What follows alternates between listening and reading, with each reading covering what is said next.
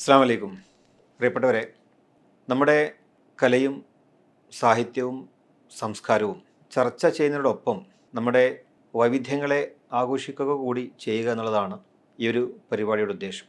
മലപ്പുറം എന്നത് ഒരുപാട് കലയെയും സാഹിത്യത്തെയും എല്ലാം സംഭാവന ചെയ്ത ഒരു മണ്ണാണ്. ഒരുപാട് പ്രതിഭാശാലികൾ പിറന്ന ഒരിടം കൂടിയാണ്. നമുക്കറിയാം, മാപ്പിളക്കലയും അതുപോലെ തന്നെ നിരവധി ഗ്രന്ഥങ്ങൾ രചിക്കപ്പെട്ട ഒരിടം കൂടിയാണ്.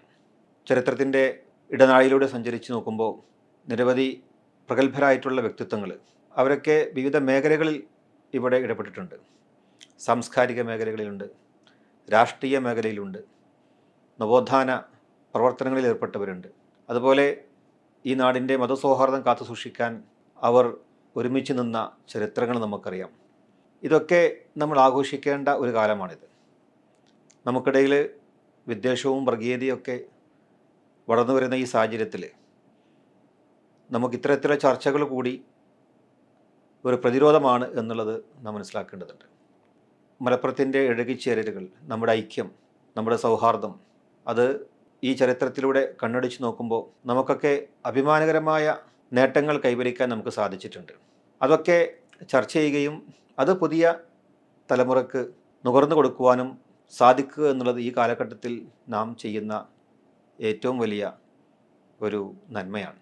അതാണ് മലപ്പുറം ജില്ലാ മുസ്ലിം യൂത്ത് ലീഗ് ഏറെ വ്യത്യസ്തമായ ഒരാശയം ഉയർത്തിപ്പിടിച്ചുകൊണ്ട് മാ ലവ് ലെഗസി ലിറ്ററേച്ചർ എന്ന ഒരു ലിറ്ററേച്ചർ ഫെസ്റ്റിവൽ തുടക്കം കുറിക്കുകയാണ്.